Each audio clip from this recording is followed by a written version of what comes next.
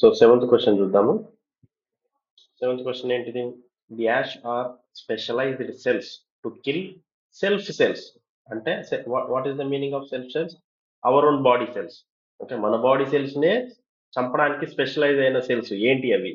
Which are virus infected or tumour cells. అంటే మన బాడీలోని మన సెల్లే ఒకవేళ వైరస్ తో ఇన్ఫెక్ట్ అయినా కానీ, లేకుంటే దానికి క్యాన్సర్ వచ్చినా, అది ట్యూమర్ సెల్ గా ట్రాన్స్ఫార్మ్ అయినా కానీ, అలాంటి వాటి వల్ల మనకే డేంజర్ కాబట్టి వాటిని కిల్ చేయడానికి స్పెషలైజ్డ్ సెల్స్ ఏంటి? మనం అంతకుముందు చెప్పుకున్నాం టీ సెల్స్ ఇందులో పార్టిసిపేట్ చేస్తే. అందులో రెండు రకాలు ఉంటాయి. ఒకటేమో టీ హెల్పర్ సెల్స్, ఇంకొకటేమో TC cells, cytotoxic cells. Cytotoxic cells kill the self cells which are infected by virus, or that may be damaged cells or tumor cells. Okay, అది మనం ఆల్రెడీ చెప్పుకున్నాం. సో ఇక్కడ ఇంపార్టెంట్ పాయింట్ ఏంటిదంటే, T helper cell అనేది ఏం చేస్తుంది? Antigen presenting cell, APC, antigen presenting cell. అది బయట నుంచి వచ్చిన ప్యాథోజన్ ని రికగ్నైజ్ చేసి, దాన్ని ఎన్గల్ఫ్ చేసి, దాన్ని బ్రేక్ చేసి, కొన్ని పెప్టైడ్స్ ని MHC2, M major histo compatibility complex, MHC2 molecule తో, ఇగో ఇది MHC2.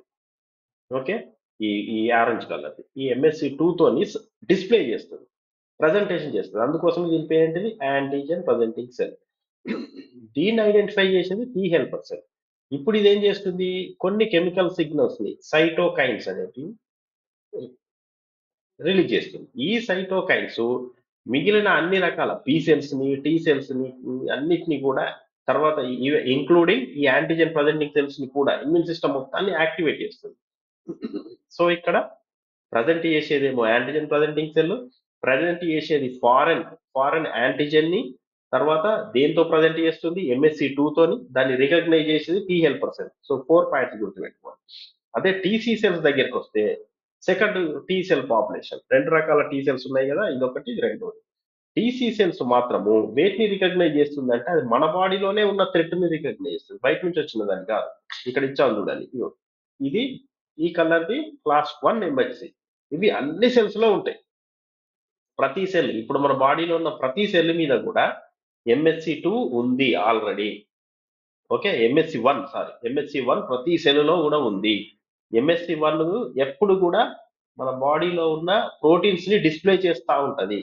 కానీ ఈ ప్రోటీన్స్ అన్ని ఏంటివి? మన బాడీలో ఉన్న our own proteins, our own peptides, మన బాడీలో ఉన్న మన ప్రోటీన్స్ లో ఉన్న చిన్న చిన్న పెప్టైడ్స్ ని డిస్ప్లే చేస్తుంది. కాబట్టి ఇది మనదే, కాబట్టి ఈ టీసీ సెల్ దీన్ని రికగ్నైజ్ చెయ్యదు, దీన్ని ఎప్పటికీ రికగ్నైజ్ చెయ్యదు. ఓకే, ఈ సెల్ కనుక నార్మల్ సెల్ అయితే. ఎందుకు? MHC మనదే, MHC డిస్ప్లే చేసే పెప్టైడ్ కూడా మనదే, కాబట్టి మన సెల్ఫ్ సెల్స్ ని, సెల్ఫ్ పెప్టైడ్స్ ని రికగ్నైజ్ చేయదు టీసీ సెల్.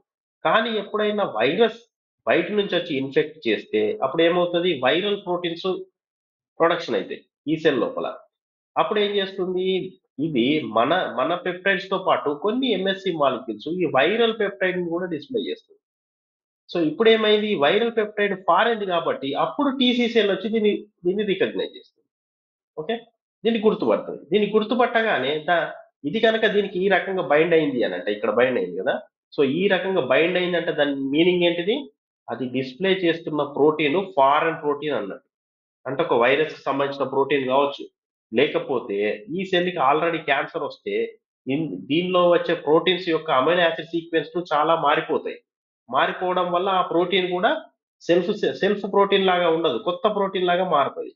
కనుక అలాంటి డిఫెక్టివ్ ప్రోటీన్స్ అయ్యి ఉంటాయి. ఓకే, సో ఆ రకంగా ఫారెన్ ప్రోటీన్ కానీ వైరస్ ఇన్ఫెక్షన్ వల్ల, లేదా క్యాన్సర్ వల్ల వచ్చిన డిఫెక్టివ్ ప్రోటీన్ కానీ, మాడిఫై అయిన ప్రోటీన్ కానీ డిస్ప్లే చేస్తే టీసీ సెల్ వెంటనే దాన్ని రికగ్నైజ్ చేస్తుంది. ఈ సెల్ ఈ సెల్ వల్ల మనకి డేంజర్ వస్తుందని ఐడెంటిఫై చేస్తుంది. చేసి ఈ సెల్ ని చంపడం కోసము కొన్ని రకాల ప్రోటీన్స్ ని, ఇది టాక్సిన్స్ ని రిలీజ్ చేస్తుంది. ఆ టాక్సిన్స్ దీని మీదనే పనిచేసి ఈ సెల్ ని అపోటోసిస్, అంటే cell suicide. Okay, cell suicide అంటాం మనం. సెల్సే సూసైడ్ చేసుకునేవి చనిపోతాయి అన్నట్టు. సో దీని వల్ల ఏమవుతుంది? ఇప్పుడు ఈ వైరస్ లోపలికి ఎంటర్ అయింది, ఎంటర్ అయ్యి వైరస్ బోల్డ్ అని విరియాన్స్ ని ప్రొడక్షన్ చేస్తుంది. తర్వాత ఈ సెల్ కనుక బరస్ట్ అయిపోయి లైసిస్ అయిపోయి విరియాన్స్ బయటకు వస్తే చుట్టూ ఉన్న బోల్డ్ అండ్ సెల్స్ ని ఇన్ఫెక్ట్ చేస్తాయి. సో ఆ లోపే టీసీ సెల్ వస్తుంది, దీన్ని రికగ్నైజ్ చేస్తుంది, దీన్ని చంపేస్తుంది. సో దీంతో పాటు వైరస్ కూడా చనిపోతుంది. ఒకవేళ ఇది క్యాన్సర్ సెల్ అయితే ఇది కూడా చనిపోతుంది, క్యాన్సర్ పక్క వాటికి స్ప్రెడ్ కాకుండా. అంటే డివిజన్ కాకముందే చంపేయడానికి ట్రై చేస్తున్నారు. సో ఈ మెకానిజం వల్ల ఏం చేస్తుంది, వైరస్ ఇన్ఫెక్షన్ నుంచి కాపాడడానికి, అలానే డ్యామేజ్ అయిన సెల్స్, అలానే వాటితో పాటు ఇంకా క్యాన్సర్ సెల్స్ అంటే ట్యూమర్ సెల్స్ ని కూడా చంపేయడం వల్ల ఈ TC cells, cytotoxic T cells, మన మనకి ఒక రకమైన ఇమ్యూనిటీని ఇస్తున్నాయి. ఓకే, టీసీ సెల్స్ యాక్టివేట్ అయితే సిటిఎల్ సెల్స్ అంటాం. అంటే ఇది ఒకసారి కనుక ఇక్కడ రికగ్నైజ్ చేసింది అనుకోండి, ఇది యాక్టివేట్ అవుతుంది. సో దాన్ని ఏమంటాం అంటే సైటోటాక్సిక్ లింఫోసైట్, సిటిఎల్ సెల్ అంటాం. ఈ సిటిఎల్ సెల్ మనం కొన్ని రకాల కెమికల్స్ ని రిలీజ్ చేస్తుంది. ఇక్కడ చూడండి. సో ఇందులో చూస్తే ఇది వైరస్ ఇన్ఫెక్టెడ్ సెల్ కనుక వైరస్ ప్రోటీన్ ఇక్కడ డిస్ప్లే చేసింది. సో సైటోటాక్సిక్ టీ సెల్ దీన్ని రికగ్నైజ్ చేసింది, MSC1 అండ్ వైరల్ ప్రోటీన్ ని రికగ్నైజ్ చేసింది. రికగ్నైజ్ చేసి ఈ రకమైన కాంప్లెక్స్ ఏర్పడ్డది అని అంటే ఈ సెల్ చనిపోవాల్సిందే, ఇంకా వేరే దారి లేదు. సో కాబట్టి ఈ పెర్ఫోరిన్ అంటే హోల్స్ అన్నట్టు, ఒక రకమైన హోల్స్ ను క్రియేట్ చేసిన చిన్న చిన్న పైప్ ముక్కలు లాగా ఉంటాయి అన్నట్టు, ఆ ప్రోటీన్ అన్నట్టు అది హోల్ లాగా ఉంటది. ఇదేం చేస్తుంది, ఇది పోయి ఈ సెల్ మెంబ్రెయిన్ లో అవి చొచ్చుకపోతాయి, ఇంటిగ్రేట్ అయితే సెల్ మెంబ్రెయిన్ లో ఇంటిగ్రేట్ కావడం వల్ల ఏమైతుంది, మొత్తం హోల్స్ పడిపోతుంది రంధ్రాలు. అంటే ఒక రకమైన బుల్లెట్స్ లాంటివి అన్నట్టు, అది పోయి గుచ్చుకుంటది, ఆ సెల్ లో ఉన్న కంటెంట్స్ అంతా లీక్ అయిపోయి ఆ సెల్ చనిపోవడం జరుగుతుంది. ఓకే, సో ఈ రకంగా టీసీ సెల్స్ వేటిని చంపుతున్నాయి, సెల్స్ నే చంపుతున్నాయి. ఏంటి ఆ cells, either virus infected or tumour cells. Okay, so ఎయిట్ది, the measure of binding strength between epitope and paratope is known as. ఏంటిది అంటే మనకి ఎపిటోప్ ఉంది, పారాటోప్ ఉంది, దాని మధ్యన ఉన్న బైండింగ్ స్ట్రెంత్ ఎంత ఎక్కువగా ఉంటే అంత బాగా ఇంటరాక్షన్ అవుతుంది యాంటీజెన్ యాంటీబాడీ మధ్య. సో దాన్ని ఏమంటాము అనేది. ఓకే, చూద్దాం అది. So epitope and paratope. What is epitope? Antigenic determinant and on antigen. Antigen surface పైన, అంటే ఇది ఒక బ్యాక్టీరియల్ సెల్ కావచ్చు, ఒక వైరల్ పార్టికల్ కావచ్చు, లేదంటే ఒక ప్రోటీన్ మాలిక్యూల్ కావచ్చు, కార్బోహైడ్రేట్ కావచ్చు, ఫారెన్ మెటీరియల్ ఏదైనా కానీ. సో ఈ యాంటీజెన్ పైన ఉన్న యాంటీజెనిక్ డిటర్మినెంట్, దాన్ని మనం ఎపిటోప్ అంటాం. ఎపిటోప్ అని ఎప్పుడు అంటాం, అది దానికి అగెనిస్ట్ గా యాంటీబాడీస్ తయారవుతేనే ఎపిటోప్ అంటాం. యాంటీబాడీస్ దానికి అగెనిస్ట్ గా తయారు కాకపోతే అది ఎపిటోప్ కింద కన్సిడర్ చేయం. దాని మీద చాలా స్ట్రక్చర్స్ ఉండొచ్చు, కానీ ఏ స్ట్రక్చర్ కి అగెనిస్ట్ గా యాంటీబాడీస్ అయితే తయారైతాయో ఆ స్ట్రక్చర్ మాత్రమే ఎపిటోప్ అంటాం. So it must elicit the antibody response, then only it is called as epitope. Paratope is the complementary site on the antibody which complexes with epitope. Epitope తోని bind అయ్యే site ని మాత్రమే paratope అంటాం. అది ఎక్కడ ఉంటుంది, మనకి యాజువల్ గా మనకు తెలిసిందే. అది ఎక్కడ ఉంటుంది, ఇది అండ్ ఎపిటోప్ అంటే ఈ వేరియబుల్ రీజన్ లో ఉంటుంది పారాటోప్. సో ఇది పారాటోప్, ఇది ఎపిటోప్, ఈ రెండింటి మధ్య ఇంటరాక్షన్ జరుగుతుంది. ఈ రెండింటి మధ్య ఉన్న బైండింగ్ స్ట్రెంత్ ని ఏమంటాం మనం అని అంటే దాన్ని అఫినిటీ అంటాం. మనకు ఆల్రెడీ ఎంజైమ్ లో కూడా దాన్ని అఫినిటీ అంటాం.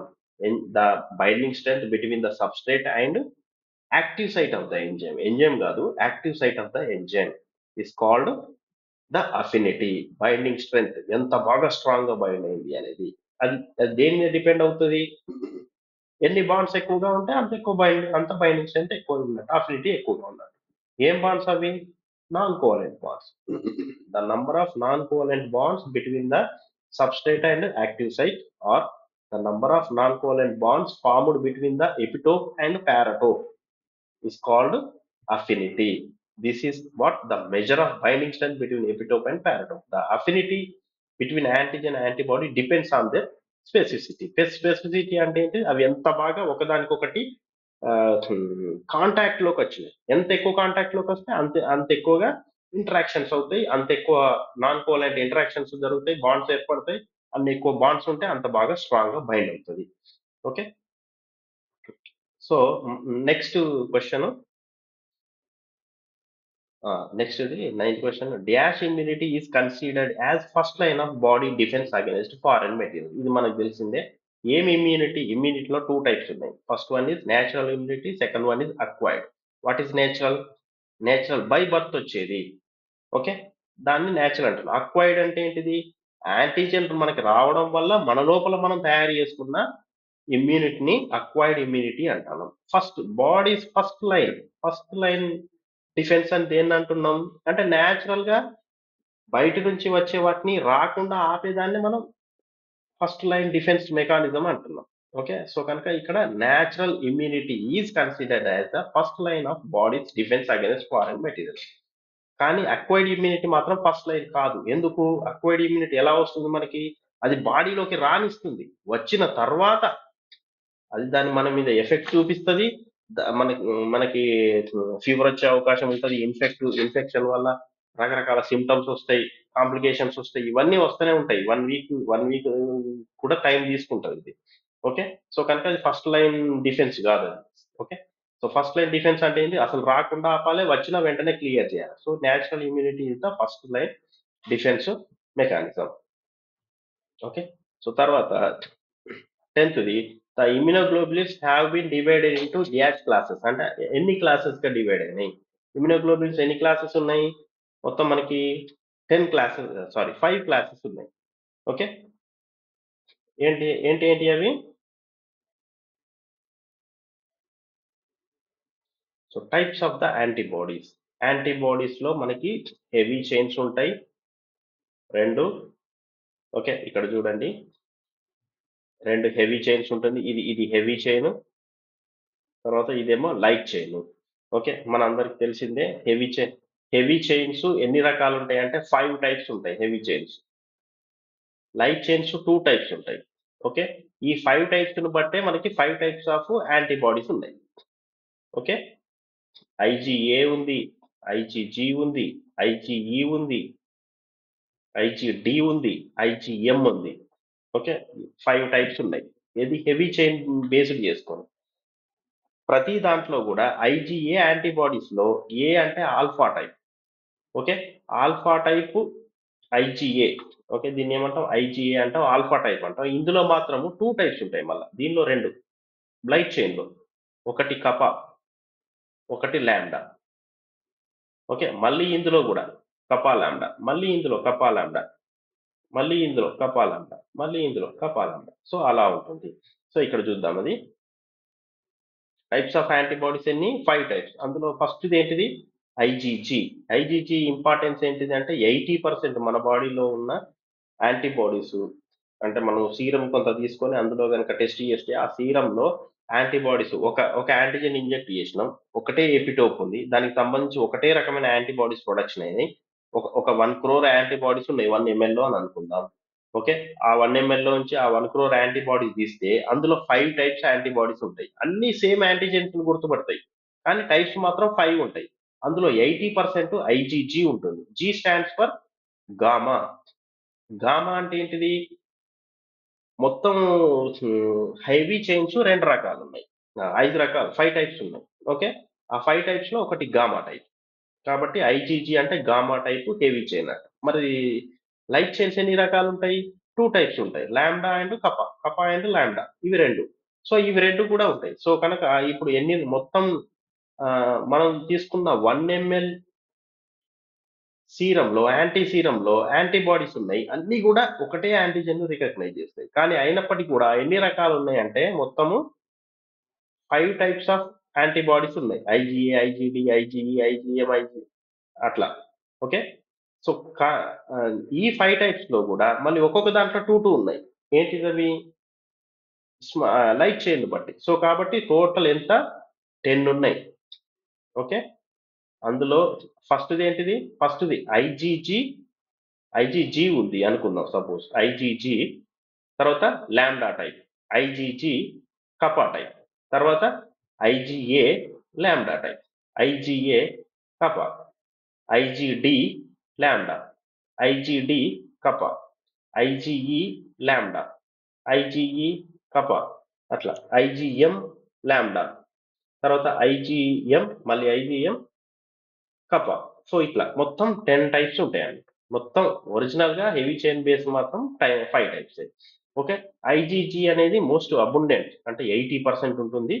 ఇందులో మళ్ళీ సబ్ క్లాసులు కూడా ఉన్నాయి. 1, 2, 3, 4 ఉన్నాయి. ఓకే. ఇది అన్నిటికన్నా లాస్ట్‌లో సింథసిస్ అవుతది. అంటే స్టేజెస్ బట్టి ఫస్ట్ ఐజీఎం తయారవుతది. తర్వాత ఐజీఏ తయారవుతది అట్లా. హ్మ్. రోజు రోజుకి అవి ఐజీజీ అనేది లాస్ట్‌లో ప్రొడక్షన్ అయితది గానీ, ఎక్కువగా ప్రొడక్షన్ అయ్యేది ఇది. Okay.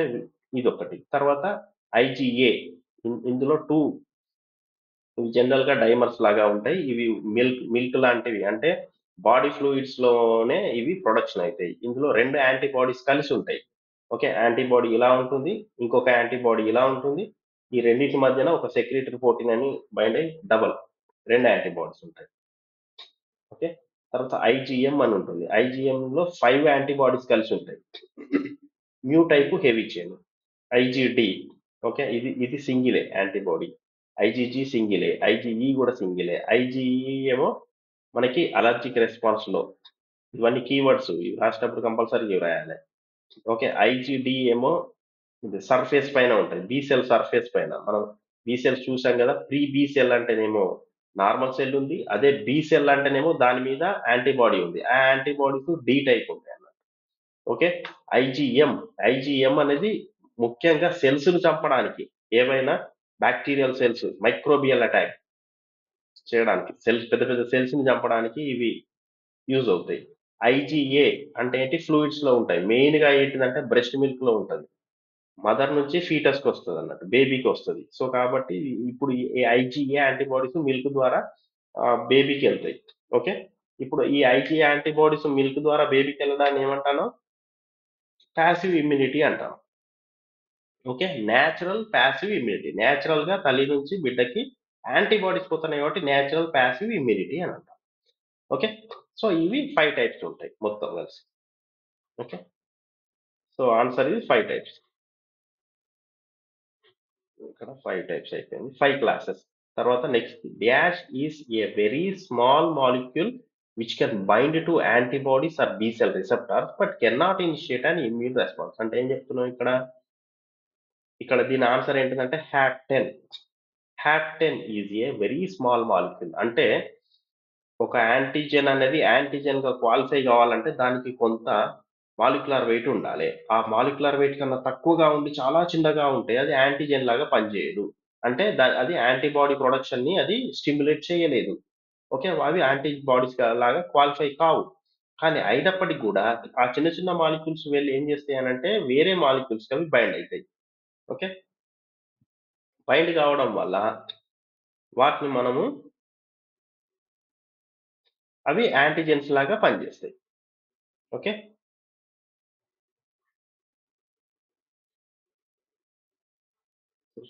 Here so, hapten molecule. ఇదొక హాప్టైన్ మాలిక్యూల్. ఇదొక చిన్న మాలిక్యూల్. లైక్ ఏంటిది? ఎగ్జాంపుల్ ఏంటిది? పెనిసిలిన్. అంటే మనం పెనిసిలిన్ ఇంజెక్షన్స్ అవి తీసుకుంటాం గదా! యాంటీబయాటిక్. ఈ పెనిసిలిన్ అనేది చిన్న ఆర్గానిక్ మాలిక్యూల్. అది యాంటిజెన్ లాగా పనిచేయదు. అది యాంటిజెన్ లాగా నిజంగా పనిజేసుంటే పెనిసిలిన్ తీసుకున్న ప్రతి వాళ్ళకి యాంటీబాడీస్ ప్రొడక్షన్ అయ్యేటియి. అయ్యి రెండోసారి పెనిసిలిన్ తీసుకుంటే ఏమయ్యేది? ఆ పెనిసిలిన్‌ని మొత్తం డిస్ట్రక్షన్ చేస్తది. అది ఒక యాంటిజెన్ లాగా తీసుకోవాలి. కనుక పెనిసిలిన్ అనేది ఎవ్వరికీ పనిచేయదు. సో, మరి అలా జరుగుతలేదు. 10 సార్లు మనం పెనిసిలిన్ తీసుకున్నా అది పనిచేస్తుందంటే దాని మీనింగ్ పెనిసిలిన్ యాంటిజెన్‌గా రికగ్నైజ్ అవుతలేదు అని. కానీ కొన్ని సందర్భాల్లో ఏమవుతదంటే, ఈ పెనిసిలిన్ ఏమవుతుందంటే, ఏదైనా ఒక క్యారియర్ మాలిక్యూల్‌కి ఒక పెద్ద ప్రోటీన్ మాలిక్యూల్‌కి అలాంటి దానికి అటాచ్ అవుతది పైన. అటాచ్ అయ్యేసరికి ఏమవుతది, ఇప్పుడు ఇదంతా కలిసి యాంటిజెన్ లాగా పనిచేస్తది. ఓకే. ఇప్పుడు యాంటీబాడీస్ ఇట్లా ఫ్రీగా ఉన్నప్పుడు యాంటీబాడీస్ దీనికి ప్రొడక్షన్ కావు. కానీ ఒక క్యారియర్‌కి బైండ్ అయినప్పుడు పెద్ద సైజ్‌లో ఉంది గాబట్టి, ఇప్పుడు దీనికి యాంటీబాడీస్ ప్రొటెక్షన్ అయితాయి. దేని నుంచి? బి సెల్ నుంచి. బి సెల్స్ ఇప్పుడు దీన్ని రికగ్నైజ్ చేయగలుగుతది. యాంటీబాడీస్‌ని గూడా ప్రొడక్షన్ చేయగలుగుతది. So, this is called hapten. ఒకవేళ ఇది దీనికి బైండ్ కాలేదనుకో, ఇంక దీని గురించే మనం మాట్లాడం. అది యాంటిజెన్ గాదు, హ్యాప్టెన్ గాదు, ఏది గాదు. So, hapten means it is incomplete. Incomplete antigen. ఇది యాంటిజెన్ లాగా పనిచేయదు. కానీ when it binds to a carrier molecule it becomes complete antigen and elicit the antibody response. Okay. దాన్ని హ్యాప్టెన్ అని అంటాం. ఓకే. తర్వాత okay. 12th, the reaction involves dash reaction involves binding of soluble antigen to its specific antibody. అంటే ఏ reaction లో soluble antigen, so ఇక్కడ చూడండి, antigen antibody interactions. అంటే ఏంటిది? The interaction between antigen and the specific antibody is called antigen antibody interaction. ఇది దీని గురించి ఎందుకు చదవాల్సి వస్తుంది అంటే, we have several diagnostics techniques which is based on the interaction between antigen and the antibody. Okay, specific antigen యాంటీబాడీని బట్టి మనం చెప్తా ఉన్నాం. ఇప్పుడు బ్లడ్ గ్రూపింగ్ మనం ఇంత ముందున్న క్లాస్ లో చెప్పాను నేను అప్పట్లో. ఓకే, బ్లడ్ గ్రూపింగ్ ఉందనుకోండి, ఉంటే మన బ్లడ్ గ్రూప్ అయ్యేది ఉంటే మన బ్లడ్ ఏ మన ఆర్బీసీ మీద ఏ అనే యాంటీజెన్ ఉంటుంది. అప్పుడు మన బ్లడ్ ని ఒక స్లైడ్ మీద తీసుకుంటాం. స్లైడ్ మీద తీసుకొని ఇక్కడ బ్లడ్ ని కనుక తీసుకుంటే ఇందులో యాంటీజెన్ ఏ ఉంటుంది. అప్పుడు యాంటీ సీరం అంటే యాంటీ యాంటీబాడీస్ తీసుకొని దీనికి ఒక డ్రాప్ యాడ్ చేస్తాం. యాడ్ చేస్తే ఏమవుతుంది? యాంటీబాడీస్ వచ్చి ఇక్కడ బైండ్ చేస్తాయి, ఇక్కడ అగ్లూటినేషన్ జరుగుతుంది. జరిగి ఈ బ్లడ్ అంతా కూడా మనకి క్లమ్స్ లాగా ఏర్పడుతుంది. దాన్ని బట్టి ఓహో మనకి ఏ బ్లడ్ గ్రూప్ ఉన్నది అన్న విషయం తెలిసిపోతుంది అన్నమాట.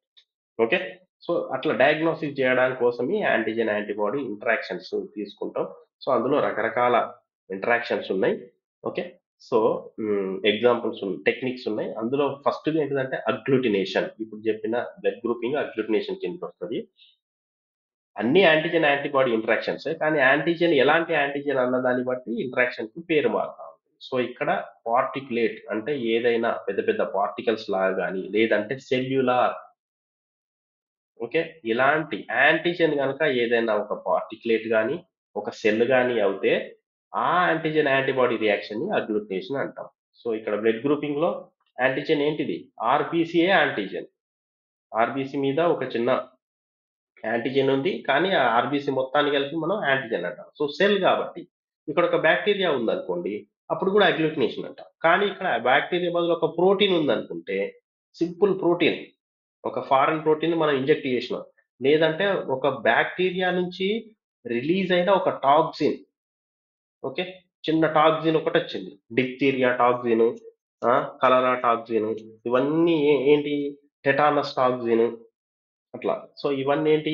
బ్యాక్టీరియల్ సెల్స్ మనల్ని ఏం చేయవు, కానీ సెల్ డైరెక్ట్ అటాక్ చేయదు, కానీ కొన్ని రకాల విష పదార్థాలు అంటే టాక్సిన్స్ రిలీజ్ చేస్తాయి. ఆ టాక్సిన్ యాంటీజెన్ లాగా పనిచేస్తుంది. ఆ టాక్సినే మన హెల్త్ ని డ్యామేజ్ చేస్తుంది. ఓకే, సో ఆ టాక్సిన్ ఏంటిది? అది ఒక సాల్యుబుల్ మాలిక్యూల్, అదొక సెల్ కాదు. సో అలాంటి సాల్యుబుల్ మాలిక్యూల్స్ అయ్యేది ఉంటే అప్పుడు ఆ రియాక్షన్ ఏమంటాం మనం? ప్రిసిపిటేషన్ రియాక్షన్ అంటాం. ఓకే, సాల్యుబుల్ యాంటీజెన్ ఇక్కడ చూడండి, ఒకవేళ యాంటీజెన్ సాల్యుబుల్ అయితే ప్రిసిపిటేషన్, యాంటీజెన్ కనుక పార్టికులేట్ అయ్యి ఇన్సాల్యుబుల్ అయితే అది అగ్లూటినేషన్. ఓకే, సో ఇక్కడ ద రియాక్షన్ ఇన్వాల్వ్స్ సాల్యుబుల్, ఇక్కడ చూడండి సాల్యుబుల్ అని వచ్చింది అంటే ఏంటిది? అది precipitation reaction. Third is the epitopes of large globular proteins are identified by dash technique. Okay, ఇక్కడ అంటే లార్జ్ గ్లోబులర్ ప్రోటీన్స్, ఒక పెద్ద ప్రోటీన్ ఉంది, ఆ ప్రోటీన్ మీద చాలా ఎపిటోప్స్ ఉంటాయి. ఆ ఎపిటోప్స్ ఎవి ఎపిటోప్స్ గా పనిచేస్తున్నాయో మనము తెలుసుకోవాలి అని అనుకుంటే దానికి ఒక టెక్నిక్ ఉంది. ఆ టెక్నిక్ ఏమంటామంటే ఎపిటోప్ మ్యాపింగ్ అంటాం. సో ఆ టెక్నిక్ ని యూజ్ చేసి మనము ఆ ప్రోటీన్ కి ఎక్కడెక్కడ ఎపిటోప్స్ ఉన్నాయన్న విషయాన్ని ఐడెంటిఫై చేస్తాం. సో ఇక్కడ ఒక లార్జ్ ప్రోటీన్ ఉంది. సపోజ్ లార్జ్ ప్రోటీన్ అంటే కరోనా వైరస్ ఉంది. కరోనా వైరస్ మొత్తము ఎపిటోప్ గా పనిచేయదు. కరోనా వైరస్ యాంటీబాడీస్ తో కనుక కంపేర్ చేసుకుంటే చాలా పెద్దది. యాంటీబాడీస్ చాలా చిన్నవి, అది కంటికి కూడా కనిపించవు మనకు మైక్రోస్కోప్ లో కానీ, వైరస్ లో కనిపించవు. అంటే ఇది ఇంకా అసలే కనిపించదు, చిన్న ప్రోటీన్ మాలిక్యూల్ అది. సో ఇక్కడ ఏమవుతుందంటే, సో మనకి ఇట్లా కరోనా వైరస్ ఉన్నది, కరోనా వైరస్ మీద ఏమున్నాయి? స్పైక్స్ ఉన్నాయి, స్పైక్ ప్రోటీన్స్ ఉన్నాయి. ఆ స్పైక్ ప్రోటీన్ లో కొంత పార్టీని మాత్రమే యాంటీబాడీ బైండ్ చేస్తుంది. ఆ బైండ్ చేసిన ఏరియాలో ఏమేమి అమైనో యాసిడ్లు ఉన్నాయి అనే ఇన్ఫర్మేషన్ మనకు తెలిస్తే ఆ అమైనో యాసిడ్లను మనము ఆర్టిఫిషియల్ గా సింథసైజ్ చేసి దాన్ని ఆ ఎపిటోప్‌ని ఆర్టిఫిషియల్‌గా సింథసైజ్ చేసి, దాన్నే మనం వ్యాక్సిన్ లాగా ఇంజెక్ట్ చేస్తే, అప్పుడేమవుతది? యాంటీబాడీస్ ప్రొడక్షన్ అయితాయి. ఆ యాంటీబాడీస్ కరోనా వైరస్‌ని అటాక్ చేస్తాయి. ఓకే. సో, కనుక ఆ కాన్సెప్ట్‌తోనే మనం పెప్టైడ్ ఎపిటోప్ మ్యాపింగ్ అనేది చేస్తున్నాం. సో, ఎపిటోప్ మ్యాపింగ్‌లో ఏం చేస్తామంటే, ఇది ఎందుకోసం యూజ్ చేస్తామంటే సింథటిక్ పెప్టైడ్ వ్యాక్సిన్స్. ఓకే. ఇప్పుడు ఎలా ఉంది అనంటే, సపోజ్ ఇది కరోనా వైరస్ అనుకుందాం. ఈ కరోనా వైరస్ పైన ఇక్కడొక చిన్న అండ్ ఆహ్, ఏమున్నాయి? స్పైక్ ప్రోటీన్స్ ఉన్నాయి. ఓకే. ఇప్పుడు కరోనా వైరస్‌ని డైరెక్ట్‌గా మనము ఒక లోపలికి పర్సన్‌కి గనక ఇంజెక్ట్ చేస్తే ఏమవుతది? ఇది చాలా డేంజర్. ఓకే. డైరెక్ట్‌గా ఇంజెక్ట్ చేస్తే అది ఇమ్యూనిటీ వస్తది. కానీ స్ట్రాంగ్ ఎనఫ్ లేకపోతే ఏమవుతది? అది మనిషిని చంపేస్తది గూడా. సో, అలా గాకుండా మనం సేఫ్‌గా ఉండాలంటే ఏం జేయాలి? ఈ మొత్తం వైరస్ మనకవసరం లేదు. మనకు కావాల్సిందేంటిది? ఈ స్పైక్ ప్రోటీన్ మాత్రమే. ఇది మాత్రమే ఇమ్యూనిటీని ఇండ్యూస్ చేస్తుంది. కాబట్టి స్పైక్ ప్రోటీన్ ఒక్కదాన్నే మనం బయటికి తీసి ఇది స్పైక్ ప్రోటీన్ బయటికి తీసి ఈ హ్యూమన్ బీయింగ్‌కి ఇంజెక్ట్ జేయొచ్చు. దీన్నేమంటామనంటే సబ్ యూనిట్ వ్యాక్సిన్ అంటాం. Sub unit. ఓకే. సో, దీనివల్ల మనకి డిసీజ్ రాదు. కానీ ఇది యాంటిజెన్ లాగా పనిచేస్తుంది. దీనికి అగైనెస్ట్‌గా యాంటీబాడీస్ ప్రొడక్షన్ అయితది. మనకి ఇమ్యూనిటీ వస్తుంది. ఇదొక వ్యాక్సిన్ లాగా పనిచేస్తుంది.